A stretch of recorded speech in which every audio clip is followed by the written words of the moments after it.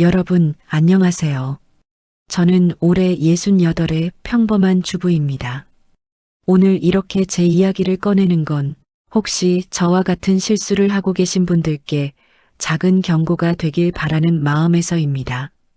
진실을 알기 전 저는 며느리를 악마라고 생각했습니다. 내 아들을 빈털터리로 만들고 손주까지 데리고 사라진 악독한 여자라고요. 하지만 지금 저는 압니다. 진짜 악마는 따로 있었다는 것을요. 제 이야기를 들어주시겠습니까? 그날도 평범한 오후였습니다. 거실에서 드라마를 보고 있는데 아들에게서 전화가 왔어요. 엄마, 목소리가 평소와 달리 침울했습니다. 왜? 무슨 일 있어? 엄마, 저 이혼했어요.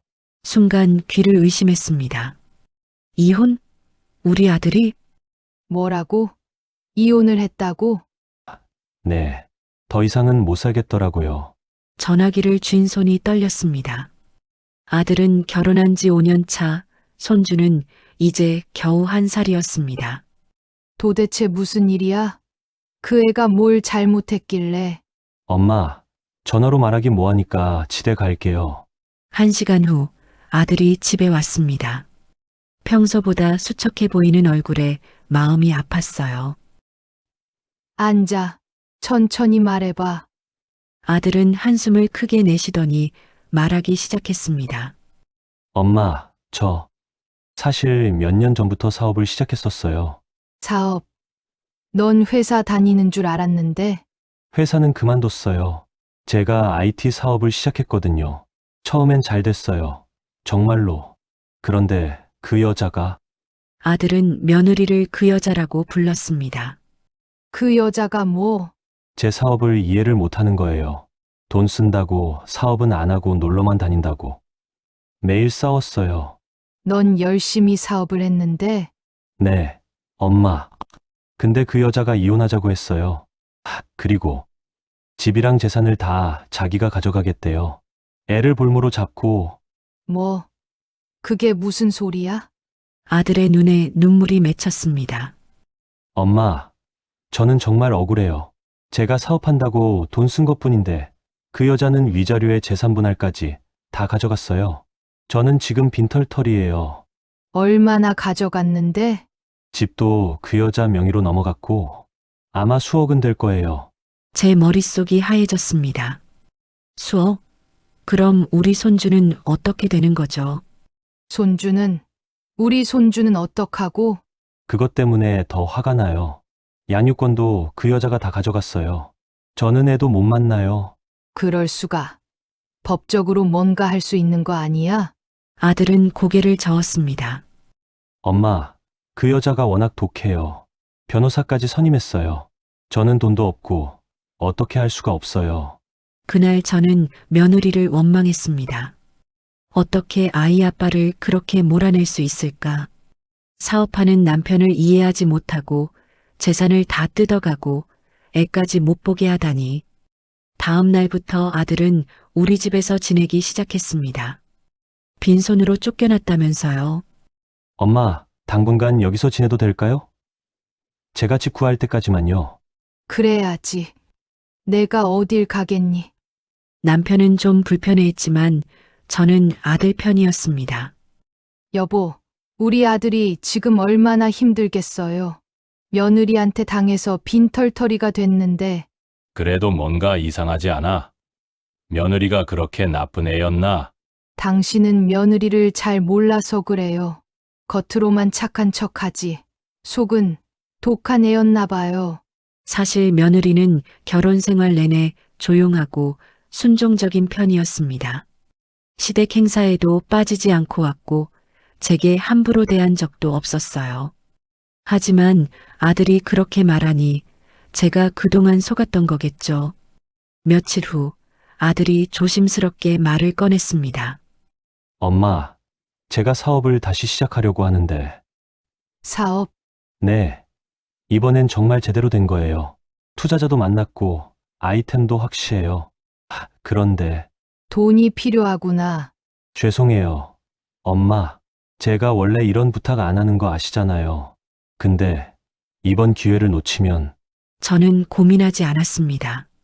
내 아들이 다시 일어서려면 도와줘야죠. 얼마나 필요한데? 3천만 원만 빌려주시면 안 될까요?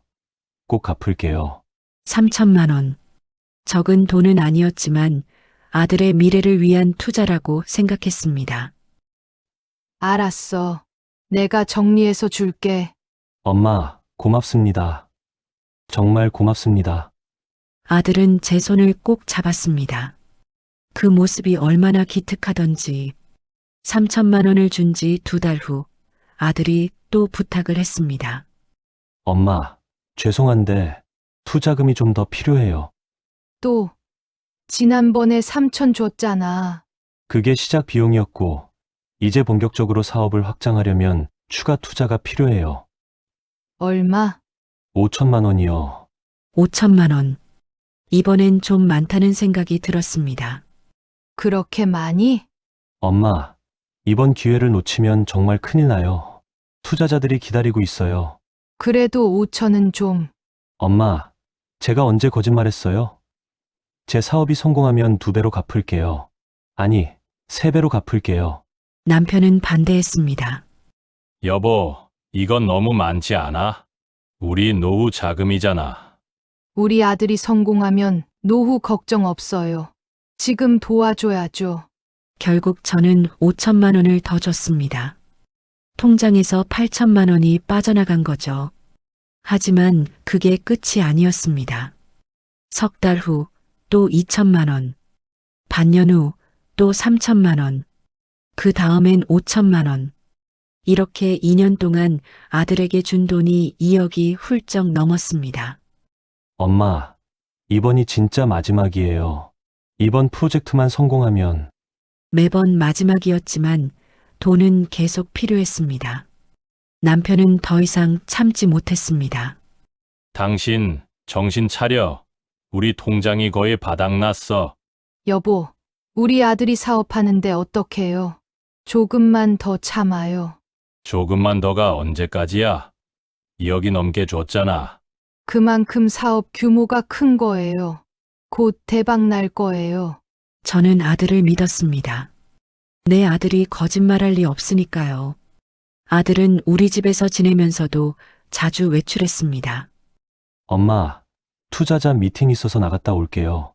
거래처 사람들이랑 저녁 약속 있어요. 사업 파트너 만나러 가요. 항상 바쁘게 사는 모습이 기특했습니다. 역시 내 아들은 성실하구나. 어느 날 아들이 새 옷을 입고 나타났습니다. 명품 브랜드였어요. 그 옷 새로 산 거야? 비싸 보이는데. 아, 이거요? 거래처 미팅할 때 입으려고요. 엄마, 사업할 때는 이미지가 중요해요. 그래도 돈 없다면서 명품을. 엄마, 이런데 투자 안 하면 사업 망해요. 투자자들이 쪼들리는 사람한테는 돈 안 줘요. 일리 있는 말이었습니다. 성공한 사람처럼 보여야 성공하는 거니까요. 다음 날은 새 시계를 차고 왔더군요. 그 시계도 새 거야? 네. 거래처 사장님이 이런 시계 차는 사람하고만 일한대요. 얼마짜리인데? 1,000만 원 좀 넘어요. 1,000만 원? 엄마, 이 정도는 기본이에요. 사업하는 사람들은 다 이런 거 차요. 저는 불안했지만 아들을 믿기로 했습니다. 사업의 세계는 제가 모르는 곳이니까요. 그런데 이상한 점이 하나둘 보이기 시작했습니다. 아들의 핸드폰 사진을 우연히 봤는데 고급 레스토랑 사진이 가득했어요. 와인, 스테이크, 멋진 야경. 그리고 젊은 여자들과 함께 찍은 사진들. 아들아, 내 사진에 있는 저 사람들은 누구야? 아, 투자자들이요. 같이 일하는 사람들. 근데 다 여자더라? 엄마, 요즘 사업하는 여자들 많아요. 저 사람들이 투자금도 많고. 그렇군요. 요즘은 여자들도 사업을 많이 하나 봐요. 아들에게서 가끔 며느리 이야기를 들었습니다. 엄마, 그 여자 완전히 연락을 끊었어요. 손주는? 우리 손주는 잘 지내는 거야? 모르죠. 전화번호도 바꾸고, 이사도 가고, 어디 사는지도 몰라요. 어떻게 그럴 수가 있어? 친정 쪽으로 알아볼 수는 없어? 친정에서도 제 전화 안 받아요. 완전히 인연을 끊으려는 것 같아요. 제 가슴이 미어졌습니다. 우리 손주, 이제 6살이 됐을 텐데, 그 여자가 진짜 독하네. 아이 할머니한테 손주도 안 보여주고 엄마, 그 여자는 원래 그런 사람이에요. 매정해요. 며느리에 대한 원망이 쌓여갔습니다. 내 아들을 빈털터리로 만들고 손주까지 숨기고 도대체 무슨 배짱으로 그러는 걸까요? 주변 사람들에게도 하소연했습니다. 우리 며느리가 얼마나 독한지 아세요? 수억 챙겨가고도 모자라 손주도 안 보여줘요. 세상에 그런 며느리가 어디 있어요? 착한 척만 하더니 본색을 드러낸 거죠. 우리 아들이 얼마나 억울하겠어요. 하지만 한편으로는 손주가 너무 보고 싶었습니다. 밤마다 손주 생각에 잠을 못 잃었어요. 우리 손주, 밥은 잘 먹고 있을까? 유치원은 다니고 있을까? 2년째 접어들면서 남편이 본격적으로 의심하기 시작했습니다. 여보, 우리 아들 정말 사업하는 거 맞아? 무슨 소리예요? 매일 투자자 만나러 나가잖아요. 투자자를 매일 만나? 그리고 왜 맨날 늦게 들어와? 사업하는 사람들은 원래 술 약속도 많고 그래요. 매일. 남편의 목소리에 확신이 없었습니다. 여보, 우리 아들 뒷조사 좀 해볼까? 뒷조사요? 우리 아들을 이상하잖아. 2억 넘게 받아가고도 계속 돈만 달라고 하고 뭔가 보여주는 게 있어야 하는 거 아니야? 사업은 원래 시간이 걸리는 거예요. 2년이나 걸렸어. 그리고 요즘 아들 옷차림 봐. 명품만 입고 다니잖아. 그게 사업 이미지 관리라니까요. 이미지 관리가 1,000만 원짜리 시계를 차는 거야? 500만 원짜리 구두를 신는 거야? 남편의 말에 저도 살짝 흔들렸습니다. 그래. 좀 과하긴 하지. 그래도 우리 아들 믿읍시다. 곧 좋은 소식 있을 거예요. 하지만 남편은 고개를 저었습니다. 당신 혹시 며느리가 나쁜 사람이 아니었던 거 아닐까? 무슨 소리예요? 아들이 거짓말한 거 아니냐고. 실제로는 아들이 잘못해서 이혼한 거 아닐까? 당신 제정신이에요? 우리 아들이 거짓말을 왜 해요? 돈 뜯어내려고. 그 말에 저는 발끈했습니다. 우리 아들이 엄마한테 돈을 뜯어낸다고요? 사업자금 빌리는 건데 사업 자금이 2억이 넘어. 그것도 2년 동안. 규모가 큰 사업이라고 했잖아요. 증거를 봤어. 사업 계획서, 투자 계약서, 뭐라도 본 게 있어. 생각해보니 아무것도 본 게 없었습니다. 아들을 믿었으니까요. 당신은 우리 아들을 믿지 못해요? 믿고 싶은데 이상한 게 너무 많아. 남편과 그날 밤 크게 싸웠습니다. 남편의 말이 자꾸 마음에 걸렸습니다. 그날 이후로 아들을 유심히 보게 됐어요. 어느 날 아들이 외출한 후 방을 청소하다가 쇼핑백을 발견했습니다. 명품 브랜드 가방이었어요. 여자용이었습니다. 투자자 선물인가? 하지만 영수증을 보니 500만 원이 넘었습니다. 선물치고는 너무 비싼 거 아닐까? 다음 날 아들의 옷장을 정리하다가 호텔 키카드를 발견했습니다. 강남의 고급 호텔이었어요. 투자자 미팅을 호텔에서 의심이 커져갔습니다. 일주일 후 아들이 또 돈을 요구했습니다. 엄마, 이번에 큰 프로젝트가 들어왔는데 장비를 새로 사야 해요. 얼마? 3천만 원만요. 또 3천? 엄마, 이번에는 정말 확실해요. 계약서도 받았어요. 계약서 보여줄 수 있어? 아들이 당황하는 것 같았습니다. 계약서요? 아, 그게 회사에 있어서. 가져와. 내가 봐야겠어. 엄마가 봐도 무슨 내용인지 모를 텐데요. 그래도 가져와. 알았어요. 다음에 가져올게요. 하지만 계약서는 끝내 보여주지 않았습니다. 어느 토요일 오후 백화점에서 장을 보고 있었습니다. 그때 저 멀리 아들이 보였어요. 저기 우리 아들 아니야? 가까이 가려는데 아들 옆에 젊은 여자가 있었습니다. 25쯤 돼 보이는 예쁜 여자였어요. 아들은 그 여자와 팔짱을 끼고 웃으며 걷고 있었습니다. 저 여자가 누구지? 투자자? 하지만 투자자 사이에 저렇게 친밀할까? 팔짱까지 끼고 저는 몰래 뒤를 따라갔습니다. 두 사람은 명품 매장으로 들어갔어요. 아들이 여자에게 가방을 골라주고 있었습니다. 이거 어때? 오빠, 이거 너무 비싼데. 괜찮아. 내가 살게. 그리고 아들은 카드를 꺼내 계산했습니다. 300만 원짜리 가방이었어요. 제 머릿속이 하얘졌습니다.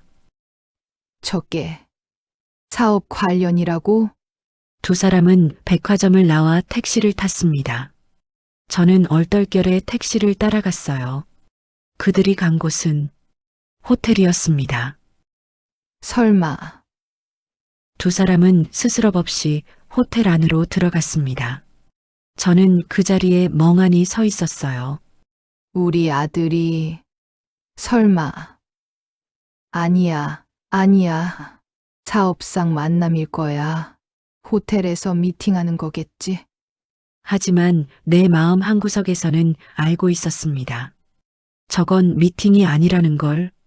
그날 밤 아들이 늦게 들어왔습니다. 엄마, 아직 안 주무셨어요?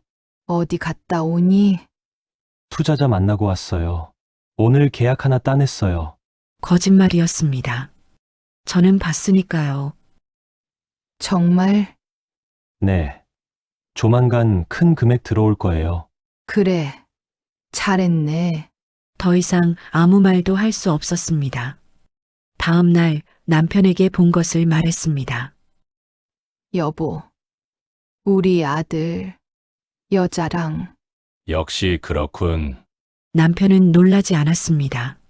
당신 알고 있었어요? 의심은 했지. 사업하는 사람이 왜 매일 명품을 사고 호텔을 들락거리겠어? 그럼 왜 진작 말 안 했어요? 당신이 믿겠어? 아들 편만 들었잖아. 남편 말이 맞았습니다. 저는 아들만 믿었으니까요. 그럼 우리 어떡해요? 더 이상 돈 주지 마. 그게 답이야. 하지만은 무슨 2억을 넘게 줬어. 그게 다 여자들한테 간 거야. 제 가슴이 무너지는 것 같았습니다. 내가 뭘 한 거지? 그날 이후로 잠을 제대로 못 잤습니다. 아들에 대한 실망감, 며느리에 대한 죄책감, 복잡한 감정이 뒤섞였어요. 그러던 중 문득 손주가 생각났습니다. 그래, 손주라도 봐야겠어. 내 손주. 얼마나 컸을까? 며느리는 연락처를 바꿔서 연락할 방법이 없었습니다. 친정으로 전화해도 받지 않았고요. 그래서 저는 결심했습니다. 직접 찾아가기로. 며느리가 어디 사는지는 몰랐지만 손주가 다니는 유치원은 알 수 있을 것 같았어요. 결혼할 때 살던 집 근처 유치원이겠죠. 저는 그 동네 유치원들을 찾아다니기 시작했습니다. 첫 번째 유치원, 없었습니다. 두 번째 유치원, 없었습니다. 세 번째 유치원, 저기, 혹시 김희준이라는 아이 있나요? 이준이요? 저희 원에 있습니다. 정말요? 네. 6살 반이요. 찾았습니다. 우리 손주를.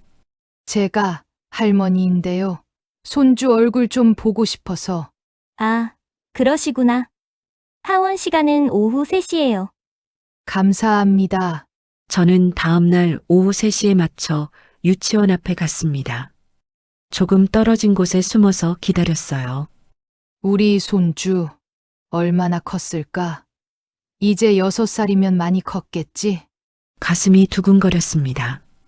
오후 3시 유치원 문이 열리고 아이들이 하나둘 나오기 시작했습니다.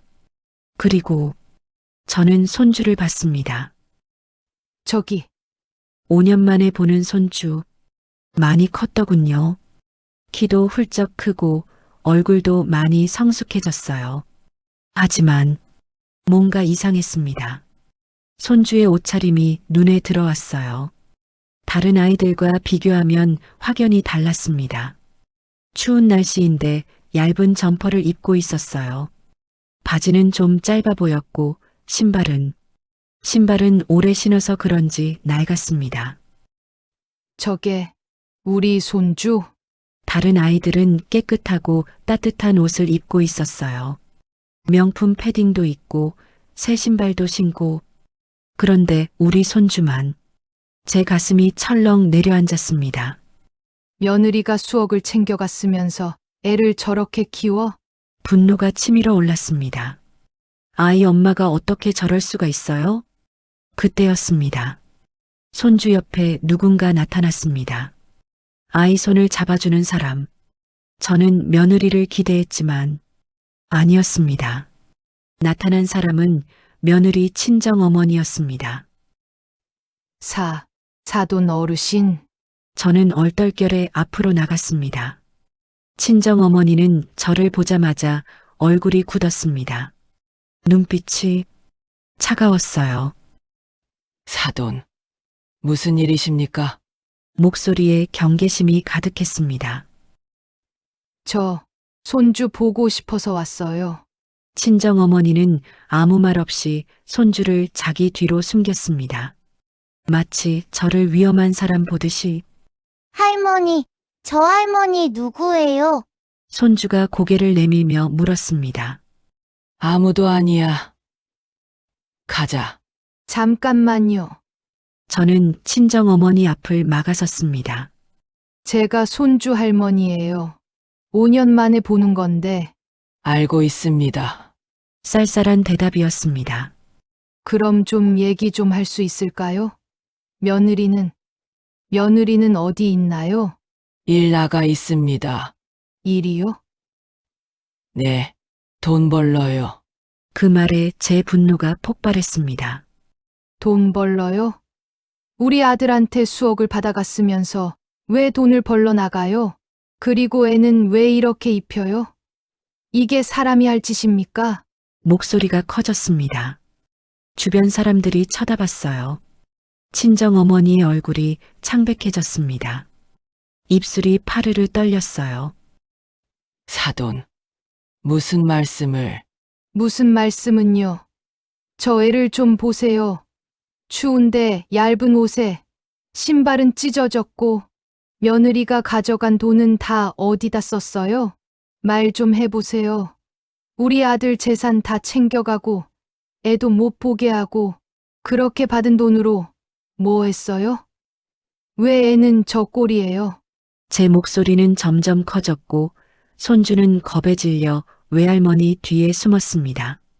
친정 어머니는 한참 동안 아무 말이 없었습니다. 그러더니 갑자기 웃기 시작했어요. 차갑고 섬뜩한 웃음이었습니다. 하하, 하하하. 왜 웃어요? 사돈, 진짜 모르십니까? 아니면 모르는 척 하시는 겁니까? 뭐려? 친정 어머니의 눈에서 눈물이 흘러내렸습니다. 하지만 웃음은 멈추지 않았어요. 수억을 챙겨갔다고요? 우리 딸이 그렇잖아요. 우리 아들이 그랬어요. 집이랑 재산 다. 집이요? 친정 어머니가 제 말을 끊었습니다. 그 집이 뭔지 아십니까? 은행 거예요. 은행. 네. 사돈 아드님이 그 집을 담보로 대출을 받았어요. 2억을요. 2억? 네, 사업 자금이랍시고. 그리고 그 돈 다 날리고 잠적했어요. 제 머릿속이 하얘졌습니다. 그럴 리가. 우리 아들이. 그럴 리가 없다고요? 증거 보여드릴까요?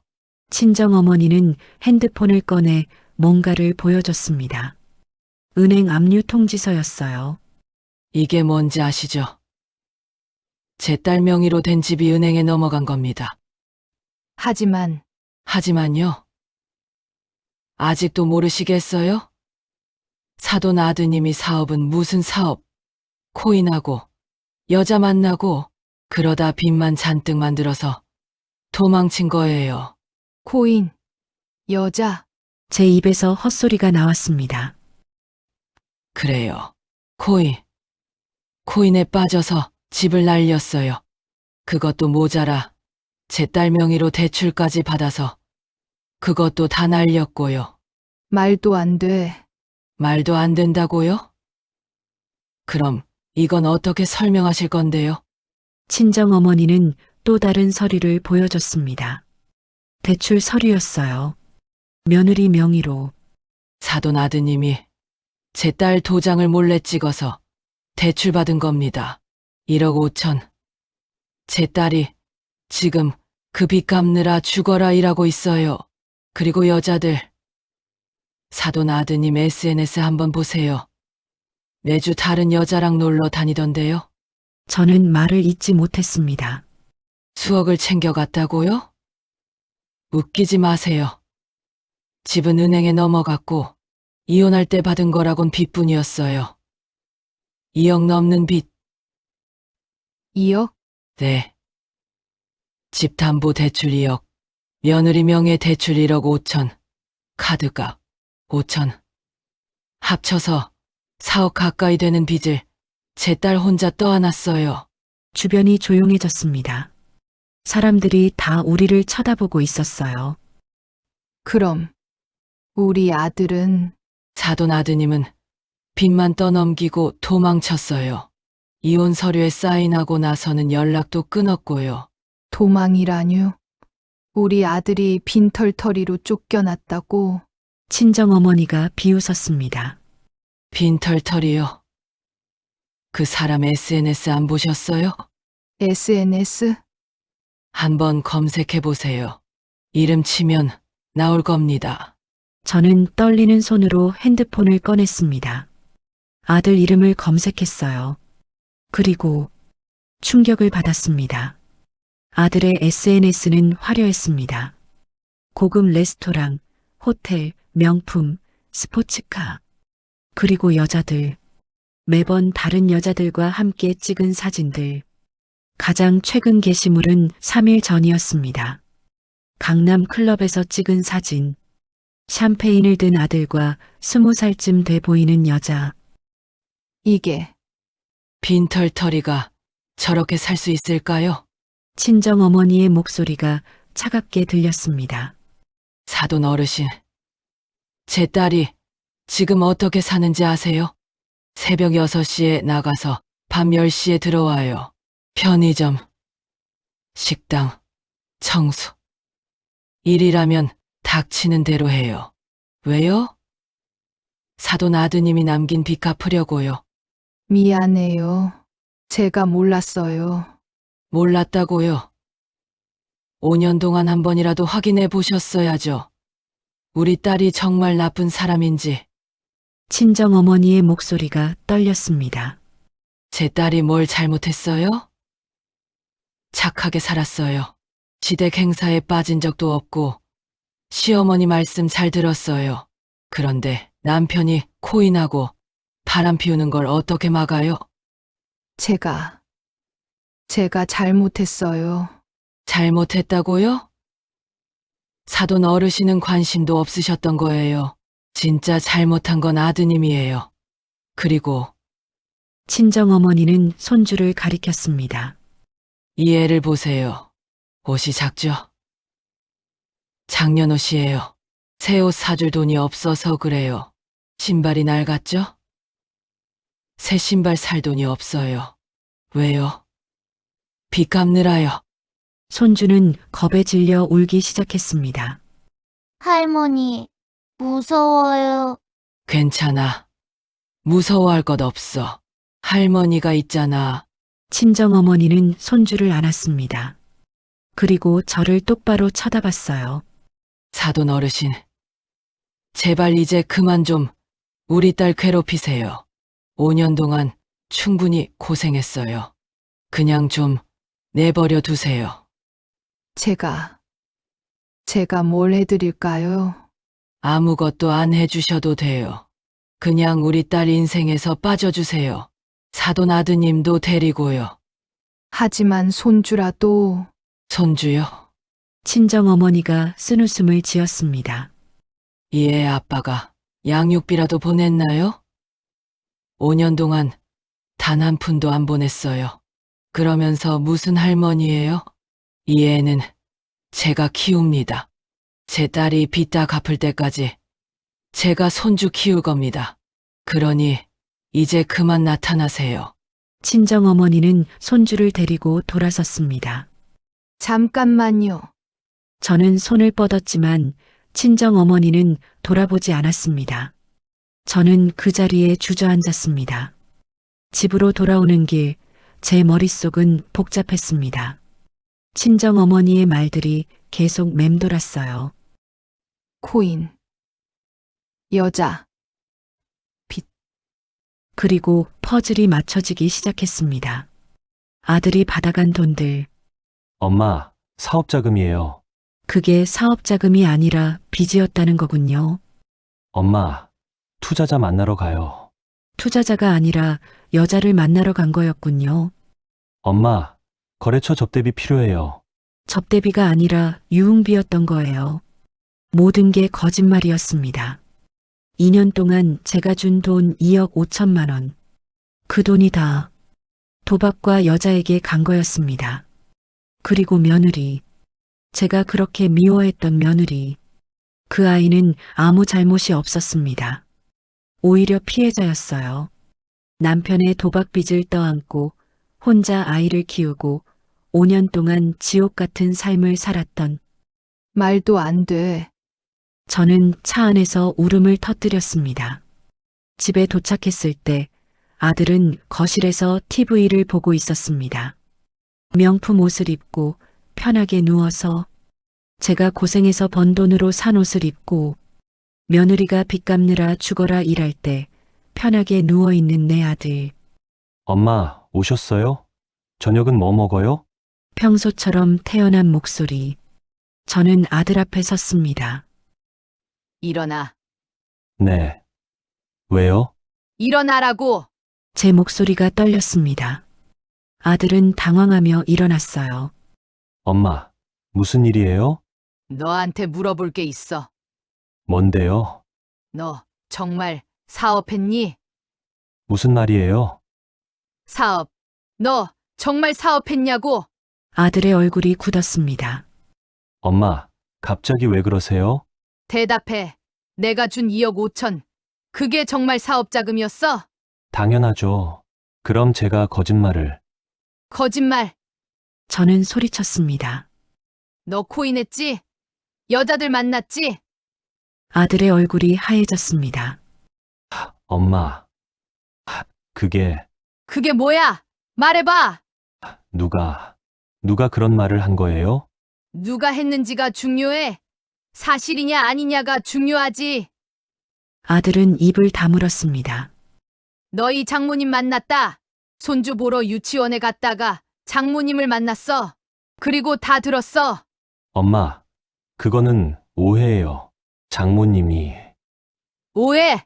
저는 핸드폰을 꺼내 아들 SNS를 보여줬습니다. 이것도 오해야?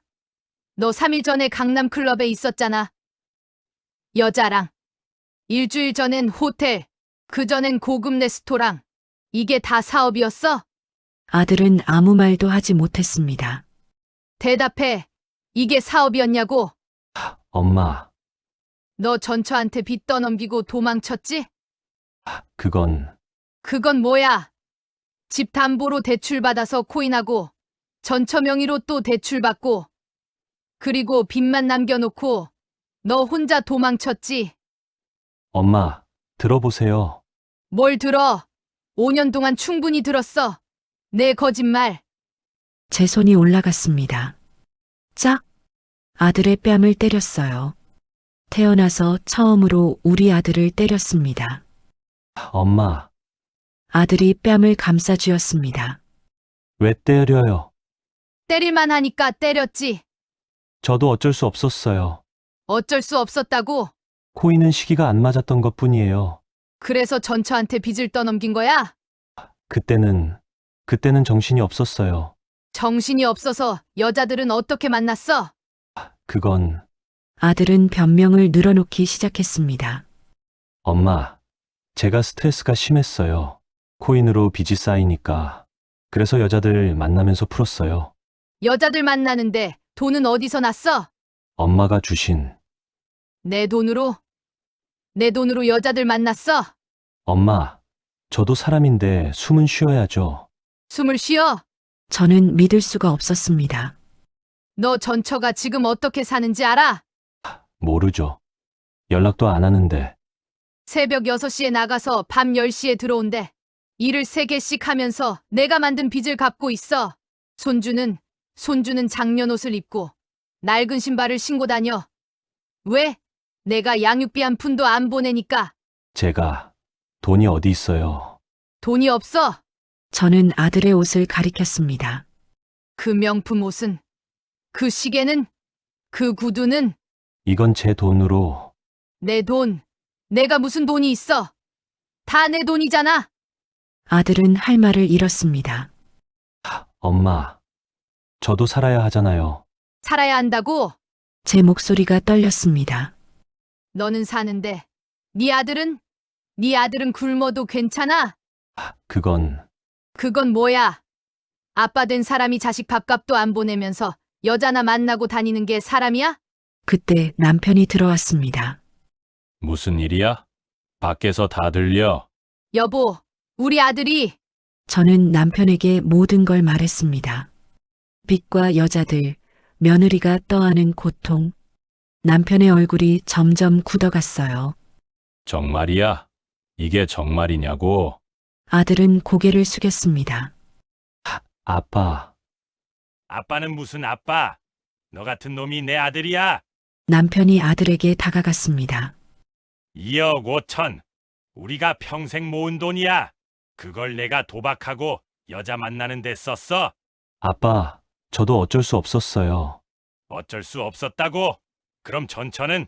그 애는 어쩔 수 있었어? 내가 만든 빚을 그 애 혼자 떠안고 5년을 살았어. 5년. 그동안 너는 뭐 했어? 저도 힘들었어요. 힘들었어? 클럽 가고, 호텔 가고, 여자 만나면서.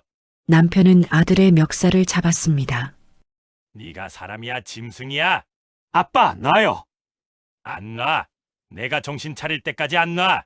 저는 두 사람을 말렸습니다. 여보, 그만해요. 그만해. 이 새끼가 우리 인생을 망쳐놨는데 남편의 눈에서 눈물이 났습니다. 우리 노후 자금 다 내가 날렸어. 그날 밤 저는 결심했습니다.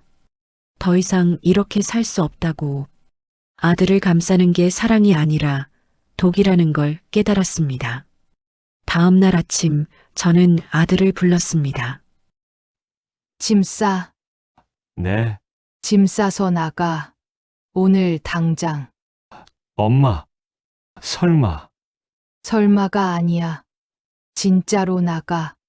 엄마, 제가 어디 가요? 그건 내가 알아서 해. 5년 동안 넌 혼자 잘 살았잖아. 계속 그렇게 살아. 엄마, 제발, 저 갈 데가 없어요. 내 전처도 갈 데 없었어.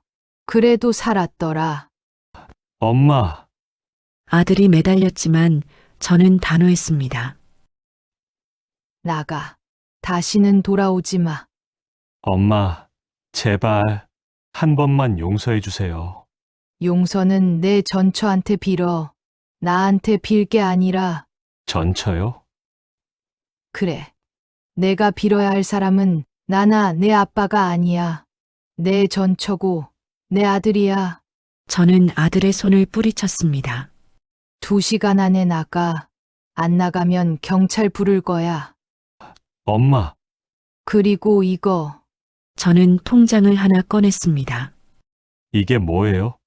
내 유산으로 남겨둔 거야. 1억 있어. 아들의 눈이 반짝였습니다. 근데 이거 내 전처 줄 거야.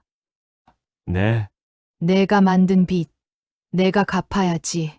근데 넌 못 갚잖아. 그러니까 내가 대신 갚는 거야. 엄마, 그건 제 돈인데. 내 돈. 넌 돈 받을 자격 없어. 엄마, 닥쳐. 내가 뭘 했는데 돈을 받아? 평생 놀고 먹기만 했잖아. 저는 아들을 똑바로 쳐다봤습니다. 넌 이제 혼자 살아. 직장 구하고, 돈 벌고, 내 인생 내가 책임져. 엄마 없이. 엄마, 제발. 그리고 최소한 양육비는 보내. 내가 돈 못 버는 한이 있어도 아들을 내보낸 후 저는 며느리를 찾았습니다. 친정어머니에게 전화했어요. 여보세요? 사돈. 저예요. 며느리 좀 만날 수 있을까요? 왜요? 사과하고 싶어요. 그리고 도와주고 싶어요. 한참 침묵이 흘렀습니다. 주소 문자로 보내드릴게요. 며느리가 사는 곳은 작은 빌라였습니다. 친정 부모님과 함께 사는 좁은 투룸. 문을 열어준 건 며느리 친정 어머니였어요. 들어오세요. 거실에는 며느리가 앉아 있었습니다. 5년 만에 보는 며느리. 많이 야위었더군요. 얼굴에는 피곤함이 역력했고 손은 거칠어 보였어요. 어머님, 며느리가 저를 보고 일어섰습니다. 저는 며느리 앞에 무릎을 꿇었습니다. 미안하다. 어머님, 내가 눈이 멀었어. 내 자식만 소중한 줄 알았지. 내가 얼마나 힘들었을지는 생각도 안 했어. 눈물이 쏟아졌습니다. 어머님, 일어나세요. 아니야. 나 이렇게라도 빌어야 해. 5년 동안 너한테 한 짓을 생각하면 결혼 생활 5년, 이혼 후 5년. 10년 동안 저는 며느리에게 무엇을 해줬나요? 아무것도 없었습니다. 아들 편만 들었고 며느리는 며느리일 뿐이었죠. 내가 괴물을 키웠어. 돈만 주고 사람은 안 만들었어. 어머님, 내가 지옥에서 산 줄도 몰랐어. 우리 손주가 제대로 밥도 못 먹고 있는 줄도 몰랐어. 며느리도 울기 시작했습니다. 어머님, 저 힘들었어요. 그래, 힘들었지. 얼마나 힘들었어. 저는 며느리를 꼭 안았습니다. 미안해. 정말 미안해. 한참을 울고 나서야 우리는 진정할 수 있었습니다. 며느리가 차를 내왔어요. 어머님, 드세요. 고맙다. 우리는 마주 앉았습니다. 며느리야. 아니, 수정아. 처음으로 며느리를 이름으로 불렀습니다. 네, 어머님. 너 그동안 어떻게 살았니? 며느리는 한숨을 길게 내쉬었습니다. 처음엔 막막했어요. 이혼하고 나니까 빚독촉 전화가 오기 시작했어요. 집 담보대출, 제명의 대출, 카드값 합쳐서 거의 4억이었어요. 사업. 처음엔 파산 신청을 하려고 했어요. 그런데 며느리는 손주 방을 바라봤습니다. 애가 있잖아요. 애 엄마가 신용불량자면 애가 나중에 힘들 것 같았어요. 그래서 그래서 갚기로 했어요. 다 갚기로. 혼자 네, 친정 부모님이 도와주시긴 했지만 대부분 제가 갚았어요. 며느리는 지난 5년을 이야기했습니다. 편의점 새벽 알바로 시작했대요. 새벽 5시부터 9시까지. 그리고 낮에는 식당에서 주방 일을 했고요. 저녁에는 청소 일을. 하루에 3개의 알바를 뛰었답니다. 애는 어떻게 키웠어? 친정 엄마가 봐주셨어요. 제가 돈만 벌고 며느리의 목소리가 떨렸습니다. 애 얼굴도 제대로 못 봤어요. 나갈 때는 자고 있고 들어올 때도 자고 있고 주말에만 같이 있을 수 있었어요. 그것도 하루만. 며느리는 눈물을 닦았습니다. 그렇게 5년을 살았어요. 그나마 빚은 절반 정도 갚았어요. 절반. 네, 2억 정도요. 아직 2억이 남았어요. 저는 가슴이 무너지는 것 같았습니다. 우리 손주는 괜찮니? 며느리는 씁쓸하게 웃었습니다. 괜찮을 리가 없죠. 엄마가 맨날 일만 하는데 애가 가끔 물어봐요. 엄마는 왜 맨날 일해? 다른 애들 엄마는 같이 놀아주는데. 라고. 며느리의 눈에서 또 눈물이 났습니다. 그럴 때마다 가슴이 찢어져요. 미안해서. 애 아빠는 연락 없었어? 며느리는 고개를 저었습니다. 한 번도요. 5년 동안 단 한 번도 없었어요. 양육비도? 한 푼도요. 사실 기대도 안 했어요. 그 사람이 그럴 사람이 아니라는 거 알았으니까. 며느리는 창밖을 바라봤습니다. 처음엔 원망했어요. 어떻게 아이한테까지 이럴 수 있나 싶었죠. 근데 이제는 그냥 없는 사람이에요. 애 아빠는. 미안해. 어머님 잘못은 아니에요. 아니야. 내 잘못이야. 내가 그렇게 키웠으니까. 저는 며느리에게 물었습니다. 애는 아빠 찾니? 가끔요. 그럴 때마다 아빠는 멀리서 일해서 못 와라고 말해줘요. 차라리 그게 나은 것 같아서. 진실을 말하지?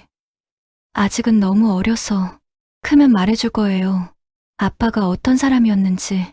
저는 가방에서 통장을 꺼냈습니다. 이거 뭐예요? 1억 있어. 받아. 어머님, 이게 무슨... 내 빚 갚는 데 써. 그리고 애 키우는 데도 쓰고. 어머님, 저 이거 못 받아요. 왜? 이건 너무 큰 돈이에요. 큰 돈이지. 원래 우리 아들 줄 거였어. 며느리가 당황했습니다. 그럼 더더욱 못 받아요. 아니야. 너 받아야 해. 저는 며느리의 손에 통장을 쥐어줬습니다. 이건 내 돈이야. 우리 아들이 너한테 갚아야 할 돈. 근데 그 놈이 못 갚으니까 내가 대신 갚는 거야. 어머님, 그리고 이건 양육비야. 5년치 양육비. 늦었지만 어머님, 저는... 받아. 제발. 내가 할 수 있는 게 이것밖에 없어. 며느리는 통장을 들여다봤습니다. 그리고 울기 시작했어요. 어머님, 감사합니다. 정말 미안해. 진작 이렇게 했어야 하는데. 아니에요. 이렇게라도 해주셔서 감사해요. 우리 아들 집에서 내보냈어. 네, 며느리가 놀란 얼굴로 저를 봤습니다. 집에서 쫓아냈어. 다시는 안 받을 거야. 어머님, 그게... 내 결정이야. 더 이상 그놈 감싸지 않을 거야. 며느리는 복잡한 표정을 지었습니다. 어머님, 그래도 아드님인데... 아들이라고 다 감싸면 안 돼. 내가 그렇게 해서 괴물을 만들었어. 저는 며느리를 똑바로 쳐다봤습니다. 그 놈이 제대로 살게 하려면 나부터 놔줘야 해. 혼자 살아보게. 넌 5년 동안 혼자 살았잖아. 이제 그놈 차례야. 며느리는 아무 말도 하지 않았습니다. 내가 바라는 게 있으면 말해. 내가 할 수 있는 건 해줄게. 전 아무것도 바라지 않아요. 정말. 네, 그냥 조용히 살고 싶어요. 아이랑. 알았어. 그럼 내가 도울게. 애 키우는 거. 어머님, 나도 할머니잖아. 손주 키우는 거 도와줄 수 있어. 그때 방문이 열렸습니다. 손주가 나왔어요. 엄마, 저 할머니 누구예요? 5년 만에 제대로 보는 손주. 많이 컸더군요. 키도 크고 얼굴도 의젓해졌어요. 할머니야. 며느리가 말했습니다. 할머니, 외할머니 말고 아니, 아빠의 엄마. 너희 할머니? 손주는 저를 조심스럽게 쳐다봤습니다. 안녕하세요. 작은 목소리였습니다. 그래. 안녕. 저는 손주에게 다가갔습니다. 할머니가 미안해. 그동안 못 와서. 할머니가 바보였어. 너희 엄마가 얼마나 힘든지 몰랐어. 손주는 저를 빤히 쳐다보더니 갑자기 물었습니다. 할머니, 우리 아빠는요? 가빠. 아빠는 왜 안 와요? 다른 애들은 아빠가 있는데. 가슴이 찢어지는 것 같았습니다. 아빠는 지금 멀리 있어. 언제 와요? 모르겠어. 아빠가 정신 차리면 올 거야. 정신. 그래. 아빠가 잘못된 길로 갔거든. 그 길에서 돌아오면 올 거야. 손주는 고개를 끄덕였습니다. 할머니, 우리 아빠 좋은 사람이에요. 그 질문에 저는 대답할 수가 없었습니다. 좋은 사람? 내 아들이? 아니죠. 전혀 아닙니다. 하지만 어린 손주에게 어떻게 말할까요? 아빠는 지금 좋은 사람이 아니야. 근데 언젠가는 좋은 사람이 될 수 있을 거야. 정말요? 할머니가 그렇게 만들 거야. 아빠가 너한테 미안해할 수 있도록. 그 이후로 저는 일주일에 3번씩 며느리 집에 갔습니다. 손주를 돌봐주기 위해서였어요. 며느리가 일 나간 동안 제가 손주를 봐줬습니다. 할머니, 오늘은 뭐 할 거예요? 할머니가 맛있는 거 해줄까? 와, 좋아요. 손주는 금방 저에게 마음을 열었습니다. 어린 아이들은 순수하니까요. 저는 손주에게 밥을 해주고 같이 놀아주고 책을 읽어줬습니다. 5년 동안 못해준 할머니 역할을 했어요. 할머니, 이거 봐요. 제가 그린 그림이에요. 우와, 정말 잘 그렸네. 이건 엄마고, 이건 외할머니고, 이건 할머니예요. 그림 속에는 4명이 있었습니다. 엄마, 외할머니, 외할아버지, 그리고 저. 아빠는 없었어요. 아빠는 아빠는 멀리 있어서 안 그렸어요. 가슴이 아팠습니다. 어느 날 저녁 며느리가 일찍 들어왔습니다. 어머님, 오늘 일찍 끝났어요. 그래. 그럼 잘 됐네. 저녁 같이 먹자. 저는 미리 저녁을 준비해뒀습니다. 된장찌개, 불고기, 나물 몇 가지. 어머님, 이렇게까지 안 하셔도 되는데. 뭘, 이것도 못 해주냐. 우리는 함께 밥을 먹었습니다. 손주는 맛있게 먹더군요. 엄마, 할머니가 해주는 밥 진짜 맛있어. 그렇구나. 많이 먹어. 며느리는 행복한 표정으로 손주를 봤습니다. 밥을 다 먹고 나서 손주를 재운 후 우리는 거실에서 차를 마셨어요. 수정아, 네, 어머님. 빚 많이 갚았니? 네. 어머님이 주신 돈으로 거의 다 갚았어요. 다행이다. 이제 조금만 더 일하면 완전히 청산할 수 있을 것 같아요. 그럼 이제 좀 쉬어야지. 며느리는 고개를 저었습니다. 아직은요?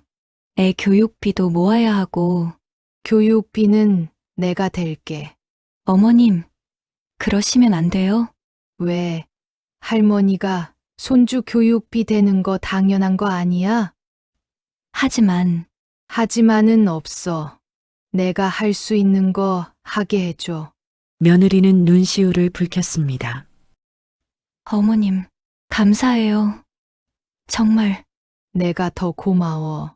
내 손주 잘 키워줘서.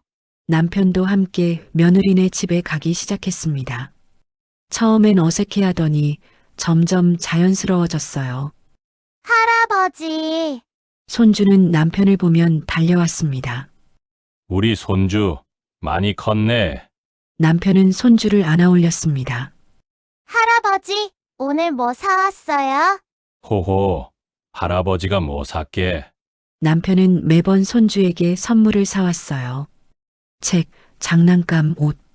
여보, 너무 많이 사오는 거 아니에요? 괜찮아.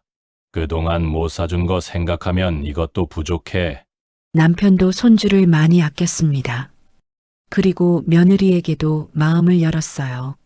수정아, 고생 많았다. 아니에요, 아버님. 아니야. 우리 아들이 못난 짓 해서 미안해요.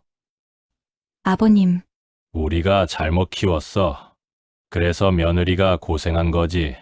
남편은 며느리의 어깨를 토닥였습니다. 이제는 우리가 도울게. 애 키우는 거. 감사합니다, 아버님. 며느리 친정 부모님과도 관계가 좋아졌습니다. 처음엔 서먹했지만 시간이 지나면서 자연스러워졌어요. 사돈 어르신, 오셨어요. 네, 사돈, 손주 보러 왔습니다. 어서 오세요. 들어가서 차라도 한잔 하세요. 우리는 종종 함께 밥을 먹었습니다. 사돈, 고기 좀 드세요. 아이고, 고맙습니다. 며느리 친정 어머니는 처음보다 훨씬 부드러워졌어요. 사돈, 그동안 우리 딸 많이 도와주셔서 고맙습니다. 무슨 말씀을요? 제가 해야 할 일을 한 거죠. 그래도 쉽지 않은 결정이었을 텐데. 아니에요. 당연한 거였어요. 우리는 서로를 이해하게 됐습니다. 같은 며느리를, 같은 손주를 사랑하는 사람들이니까요. 아들을 내보낸 지 6개월이 지났습니다. 그동안 아들에게서 연락이 없었어요. 그러던 어느 날 전화가 왔습니다. 엄마, 누구냐? 목소리가 많이 변해 있었습니다. 저예요. 무슨 일이야? 엄마, 잘 지내고 계세요? 그래. 너는 엄마, 저 지금 공장에서 일하고 있어요. 공장, 네, 지방 공장이요. 숙식 제공되는데, 처음으로 아들이 일을 한다는 소리를 들었습니다. 그래. 엄마, 처음으로 알았어요. 돈 버는 게 얼마나 힘든지. 하루 12시간씩 일하는데 한 달에 250만 원 받아요. 250만 원이 이렇게 큰 돈인지 몰랐어요. 아들의 목소리에는 후회가 묻어 있었습니다. 엄마, 엄마한테 진짜 미안해요. 제가 그동안 얼마나 큰 죄를 지었는지. 이제야 알았어요. 그래서 엄마, 용서해 주세요. 용서는 나한테 빌 게 아니야. 내 전처한테 빌어. 내 아들한테 빌어. 엄마, 넌 그 사람들한테 빌어야 해. 나한테가 아니라. 전화를 끊었습니다. 한 달 후 아들에게서 또 전화가 왔습니다. 엄마, 전처한테 사과하고 싶어요. 진심이니? 네, 제가 정말 잘못했어요. 사과하고 싶어요. 전처가 만나주겠니? 그래도 시도는 해보고 싶어요. 저는 며느리에게 물었습니다. 수정아, 우리 아들이 너 만나고 싶대. 며느리의 얼굴이 굳었습니다. 왜요? 사과하고 싶대. 진심으로. 물론 내가 싫으면 안 만나도 돼. 내 마음이 제일 중요해. 며느리는 한참을 고민했습니다. 만날게요. 정말? 네, 애 아빠니까. 한 번쯤은 만나야죠. 만남은 중립적인 장소인 카페에서 이뤄졌습니다. 저도 함께 갔어요. 아들은 많이 변해 있었습니다. 명품 옷 대신 작업복을 입고 있었고, 얼굴은 거무스름하게 탔고, 손은 거칠어져 있었어요. 수정아, 며느리는 아무 말 없이 아들을 쳐다봤습니다. 정말 미안해. 아들은 고개를 숙였습니다. 내가 정말 못된 짓을 했어. 변명의 여지도 없어. 빚 떠넘기고, 바람 피우고, 사람이 할 짓이 아니었어. 아들의 목소리가 떨렸습니다.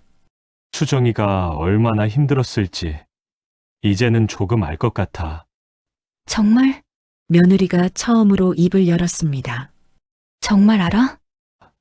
응, 하루에 12시간 일하는 게 얼마나 힘든지 알아? 한 달에 250만 원 받으면서 빚 갚고 애 키우는 게 얼마나 힘든지 알아? 미안해. 나는 5년 동안 그렇게 살았어. 5년. 며느리의 목소리가 커졌습니다. 당신이 여자들이랑 놀러 다닐 때 나는 편의점에서 일했어. 당신이 클럽에서 샴페인 마실 때 나는 식당 주방에서 설거지했어. 정말 미안해. 미안하다고 하면 다야. 5년이야, 5년. 며느리는 울기 시작했습니다. 쌓였던 감정이 터져 나온 거죠. 당신 때문에 내 인생이 망가졌어. 20대를 빚 갚느라 다 썼어. 미안해. 정말 아들도 울기 시작했습니다. 내가 어떻게 하면 될까? 몰라. 내가 알아서 해. 양육비라도 보낼게. 내가 번 돈에서. 됐어.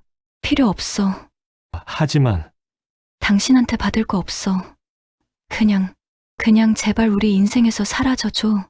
며느리는 자리에서 일어났습니다. 기회는 한 번뿐이었어. 당신은 그 기회를 스스로 차버렸어. 그리고 카페를 나갔습니다. 며느리가 나간 후 저와 아들만 남았습니다. 엄마, 봤지? 내가 한 짓이 얼마나 큰 상처를 남겼는지. 네, 5년이야. 5년 동안 그 아이는 지옥에서 살았어. 너 때문에. 제가 정말 잘못했어요. 잘못한 걸 아는 게 시작이야. 근데 그걸로는 부족해. 그럼 어떻게 해야 해요? 살아남아. 제대로.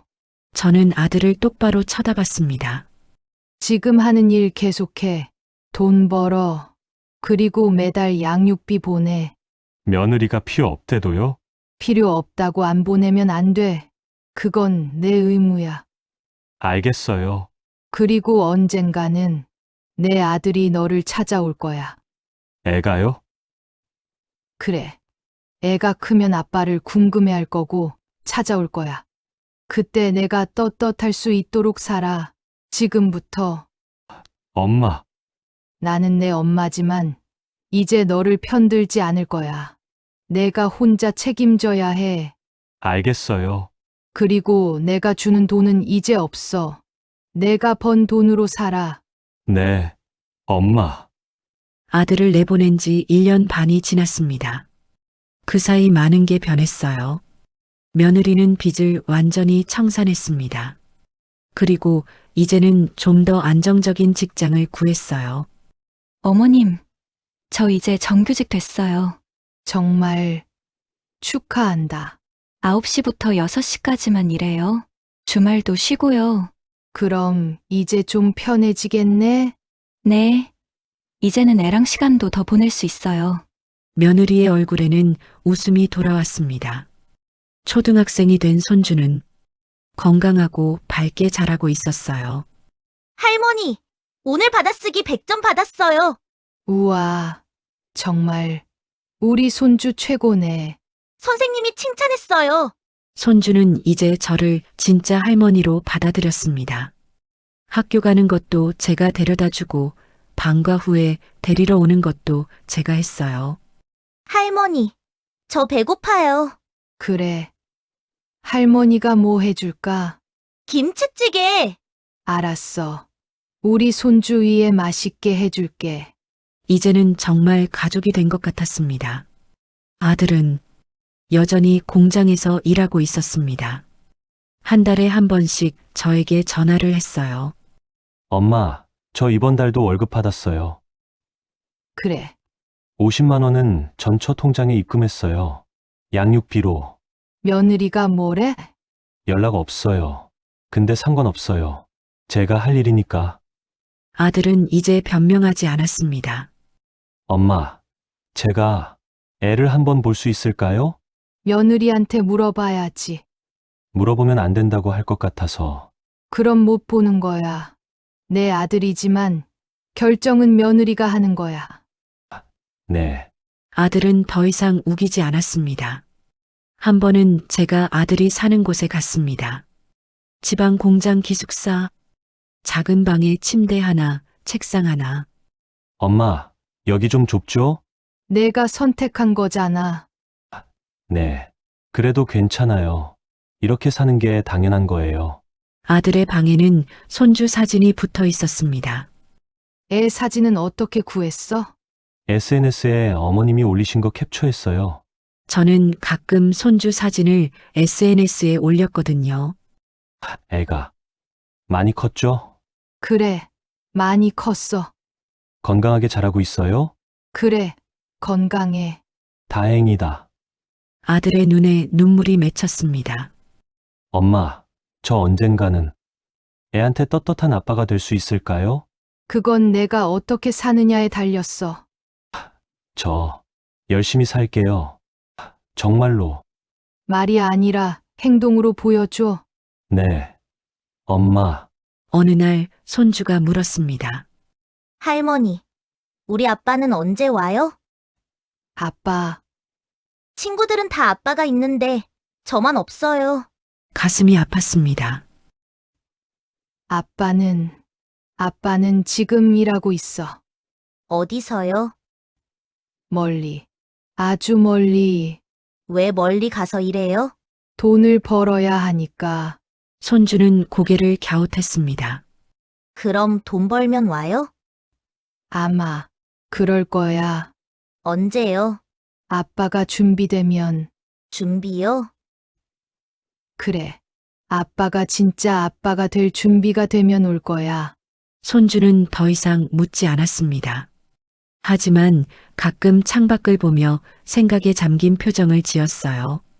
아빠를 기다리는 건가? 제 마음이 아팠습니다. 어느 날 밤 며느리와 단둘이 이야기할 기회가 있었습니다. 어머님, 왜? 저 사실 말하고 싶은 게 있어요. 말해봐. 전 남편이 양육비를 보내고 있어요. 알아. 아셨어요? 그래. 들었어. 처음에는 받기 싫었어요. 정말로. 근데 생각해보니까 그것도 애 권리더라고요. 며느리는 창밖을 봤습니다. 애는 아빠를 선택할 수 없잖아요. 그냥 그 사람 아들로 태어난 것뿐이고. 그렇지. 그러니까 애가 받을 건 받아야 한다고 생각했어요. 양육비를. 잘 생각했어. 그래도 아직은 만나게 하고 싶지 않아요. 당연해. 내 마음이 중요해. 언젠가는 애가 원하면 만나게 해줄 거예요. 근데 지금은 아니에요. 그래. 천천히 생각해. 며느리는 저를 보며 웃었습니다. 어머님, 감사해요. 뭐가? 이렇게 제 편이 되어주셔서. 당연한 거야. 넌 내 며느리니까. 아니에요. 당연한 게 아니에요. 며느리의 눈에 눈물이 맺혔습니다. 보통 시어머니들은 아들 편을 들잖아요. 근데 어머님은 달라요. 내가 특별한 게 아니야. 그냥 늦게나마 정신을 차린 거지. 늦지 않았어요. 지금이라도 이렇게 해주셔서 감사해요. 우리는 서로를 껴안았습니다. 시간은 빠르게 흘렀습니다. 할머니, 저 반장 됐어요. 정말 우리 손주가 네, 친구들이 다 저한테 투표했대요. 손주는 밝고 건강하게 자라고 있었습니다. 성적도 좋고 친구들과도 잘 어울렸어요. 할머니, 오늘 친구가 집에 놀러 와도 돼요? 그럼 당연하지. 와, 할머니 최고! 손주는 이제 제 집을 자기 집처럼 드나들었습니다. 며느리도 자주 저희 집에 왔어요. 어머님, 저녁 같이 먹어요. 그래, 좋지. 우리는 진짜 가족이 됐습니다. 며느리에게 좋은 일이 생겼습니다. 어머님, 저 승진했어요. 정말 축하해. 팀장이 됐어요. 연봉도 많이 올랐고요. 잘 됐다. 정말 잘 됐어. 며느리는 이제 완전히 안정을 찾았습니다. 빚도 다 갚았고 좋은 직장도 있고 손주도 잘 크고 어머님 덕분이에요. 무슨 소리야. 내가 잘한 거지. 아니에요. 어머님이 도와주지 않으셨으면 전 못 버텼을 거예요. 넌 강한 아이야. 나 없이도 잘 살았을 거야.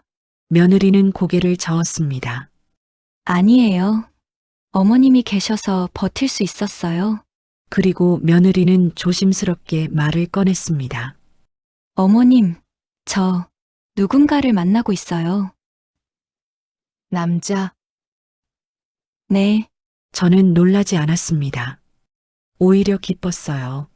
좋은 사람이니? 네. 좋은 사람이에요. 애한테도 잘해주고요.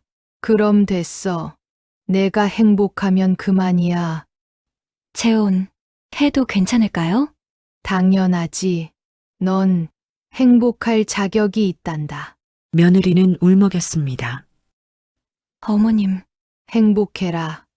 수정아, 그게 내가 바라는 거야. 감사해요, 어머님. 어느 날 손주와 단둘이 이야기를 나눴습니다. 이준아, 네. 할머니? 너 엄마가 새로운 사람 만나는 거 알지? 네. 알아요. 어때? 괜찮아? 손주는 잠시 생각하더니 대답했습니다. 좋아요. 엄마가 행복해 보여요. 그 아저씨는 어때? 좋아요. 저한테도 잘해주시고, 엄마한테도 잘해주세요. 다행이다. 할머니. 근데요, 응? 제 진짜 아빠는 어디 있어요? 결국 이 질문이 나왔습니다. 아빠는 멀리서 일하고 있어. 왜 한 번도 안 와요? 아빠가 너한테 잘못한 게 있어서. 잘못이요? 그래. 아빠가 엄마한테, 너한테 많이 잘못했어. 손주는 진지한 표정으로 물었습니다. 그럼 아빠는 나쁜 사람이에요? 제가 대답하기 전에 손주가 말했습니다. 친구가 그러는데 아빠가 엄마랑 이혼하고 돈 안 주면 나쁜 사람이래요. 우리 아빠도 그런 사람이에요? 저는 솔직하게 대답했습니다. 그래. 아빠는 잘못을 많이 했어. 나쁜 짓도 했고. 근데 지금은 열심히 살고 있어. 너한테 양육비도 보내고. 정말요? 그래. 아빠가 늦었지만 지금은 책임지려고 노력하고 있어. 손주는 고개를 끄덕였습니다. 그럼 언젠가 만날 수 있어요? 내가 원하면. 저는 아직 잘 모르겠어요. 그래. 천천히 생각해. 급할 거 없어. 그러던 어느 날 아들에게서 편지가 왔습니다.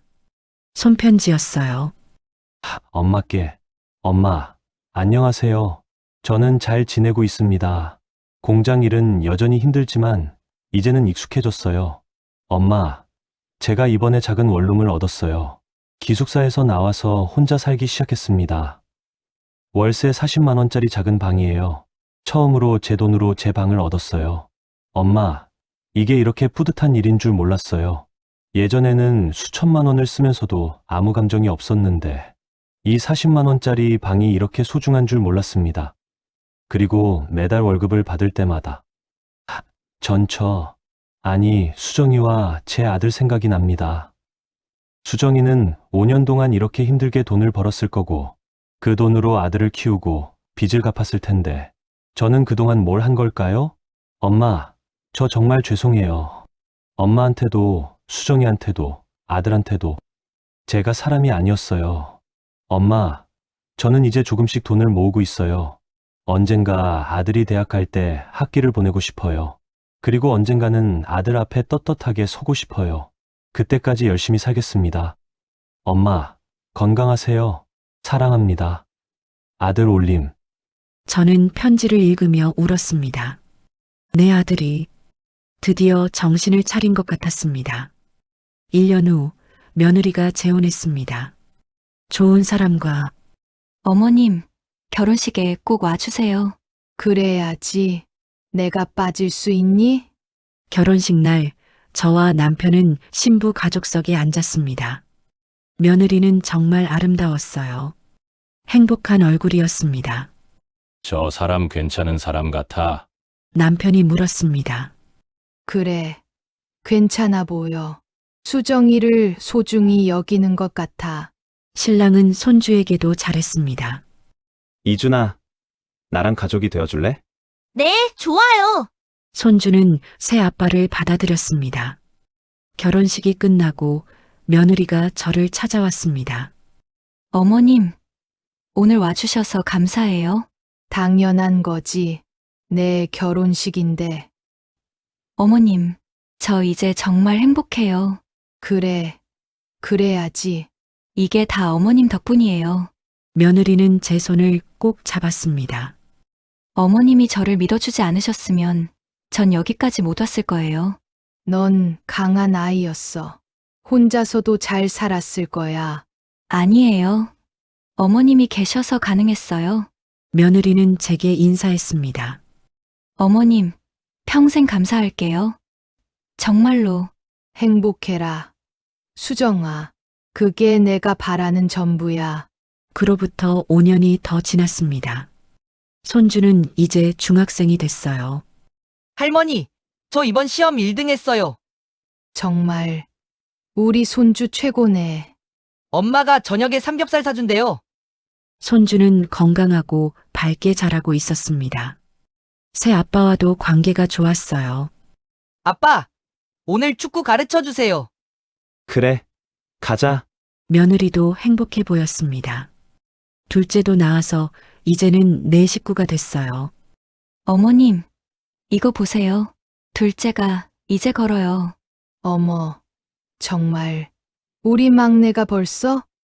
저는 며느리의 두 아이를 모두 손주처럼 아꼈습니다. 둘째도 저를 할머니라고 불렀어요. 그러던 어느 날 아들이 찾아왔습니다. 몇 년 만에 보는 아들은 많이 변해 있었습니다. 엄마, 왔구나.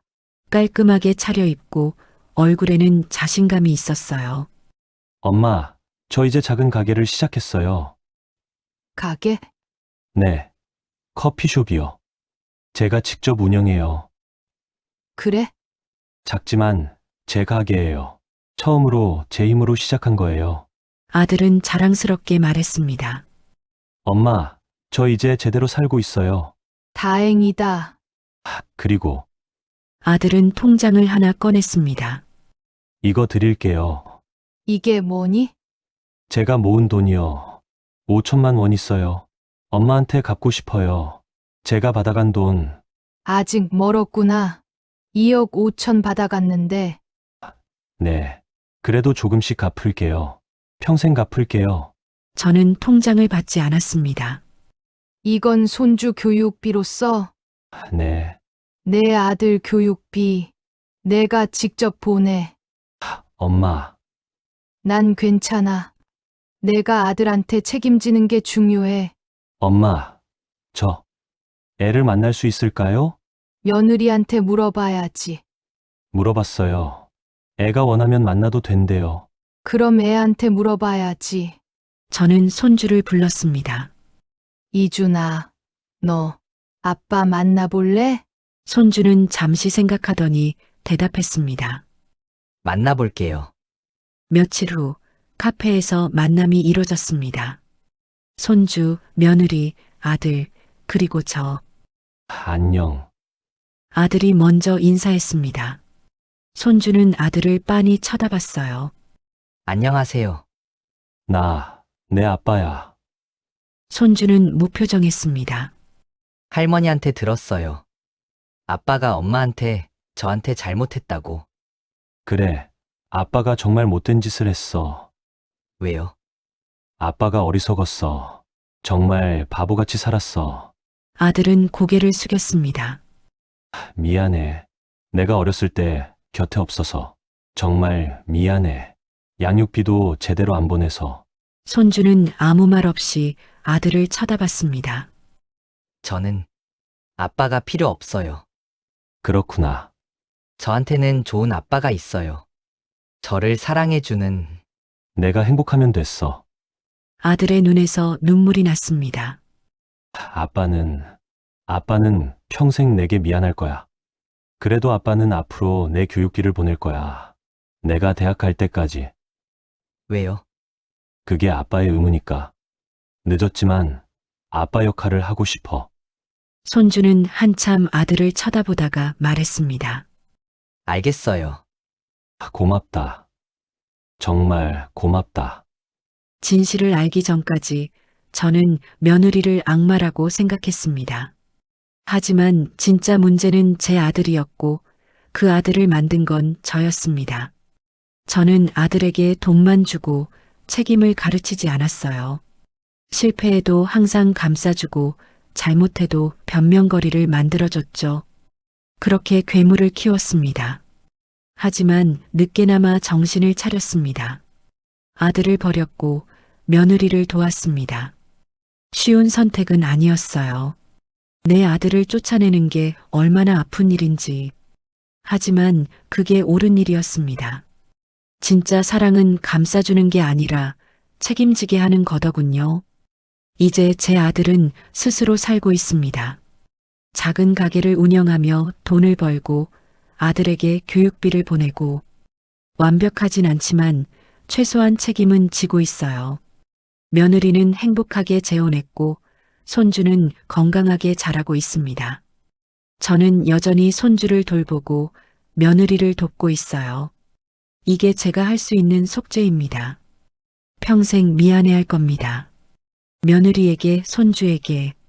하지만 그 미안함을 안고 살아가는 게 제 몫이라고 생각합니다. 여러분, 제 이야기를 끝까지 들어주셔서 감사합니다. 혹시 저와 같은 실수를 하고 계신 분이 있다면 부탁드립니다. 자식을 사랑하는 건 좋지만 맹목적으로 감싸는 건 사랑이 아닙니다. 진짜 사랑은 잘못을 바로 잡아주는 겁니다. 아프더라도 자식이 책임지게 해야 합니다. 그리고 며느리, 사위를 함부로 대하지 마세요. 그들도 누군가의 소중한 자식입니다. 한쪽 말만 듣고 판단하지 마세요. 진실은 항상 복잡합니다. 저는 늦게 진실을 알았습니다. 그 시간 동안 며느리는 지옥을 살았어요. 여러분은 부디 저보다 빨리 깨달으시길 바랍니다. 늦기 전에. 그리고 기억하세요. 자식의 허물을 덮어주는 것이 사랑이 아니라 잘못을 바로잡게 하는 것이 진짜 사랑입니다.